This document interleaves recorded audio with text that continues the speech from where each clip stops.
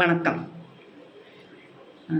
பாம்பு வந்து உங்கள எதிர்பாராத விதமா கடிச்சிருச்சு. கடிச்சிருச்சுன்னா என்ன பண்ணுவோம்? உடனே நம்ம ட்ரீட்மெண்ட்டுக்கு அவசர அவசரமா ஃபாஸ்ட்டா ஹாஸ்பிட்டல் போய் வேக வேகமா ட்ரீட்மெண்ட் எடுத்து சீக்கிரம் சரியாகணும் அப்படின்னு சொல்லிட்டு நம்ம வேக வேகமா போய் ஹாஸ்பிட்டல் போய் சரிப்படுத்துவோம். அத விட்டுட்டு நம்ம வந்து பாம்பு கிட்ட போயி, "நான் எவ்வளோ நல்லவன் தெரியுமா? என்னை எதுக்கு கடிச்ச?" அப்படின்னு சொல்லிட்டு பாம்பு கிட்ட போய் நம்ம சண்டை போட்டுட்டு இருப்போமா? யோசிச்சு பாருங்க. அதே மாரி தாங்க நம்ம நம்ம நம்மள வந்து நம்முடைய வாழ்க்கையில வந்து சில பேர் வந்து நமக்கு துரோகம் பண்ணியிருக்கலாம். சில பேர் முதுகுல குத்தியிருக்கலாம். நம்மள பத்தி ரொம்ப தப்பு தப்பா பேசுவாங்க.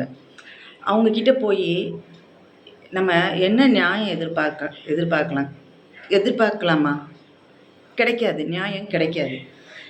அந்த மன கஷ்டத்துலேருந்து வெளிவந்து நீங்க உங்களுக்கு தேவையானத நல்லா என்ஜாய் பண்ணணும். உங்க லைஃப்பை வந்து என்ஜாய் பண்ணணும். உங்க பேஷன் என்ன? உங்கள வந்து நீங்க எப்படி வந்து செல்ஃபா உங்கள வந்து நீங்க எப்படி வந்து உங்கள நீங்க மகிழ்ச்சியா வச்சுக்கலாம் அப்படின்னு சொல்லிட்டு, அதுக்கு நீங்க ட்ரை பண்ணுங்க. அதுதான் வாழ்க்கையில வந்து ரொம்ப மிகவும் முக்கியமானது. இப்ப வந்து இதெல்லாம் விட்டுட்டு நமக்கு எந்த விதத்திலயும் ஹெல்ப் பண்ணாது. ஏறின விஷம் அவங்க சொன்ன எதா ஹெல்ப் பண்ணுமா அவங்க சொல்லிட்டாங்கங்கிறது. ஏறின விஷம் தான் பாம்புல. அதே மாரி தான் அவங்க உங்கள ஹர்ட் பண்ணணுன்ட்டு தான் அந்த மாரி பண்றாங்க. ஸோ நீங்க அத நெனச்சுக்கிட்டே இருந்தீங்கன்னா, வாழ்க்கையில வந்து ஜெயிக்க முடியாது. நம்ம வந்து அத வந்து மறந்துட்டு நம்மளோட லைஃப் என்ன? நம்ம என்ன பண்ணா நம்ம அதுலேருந்து மீண்டு வரலாம்?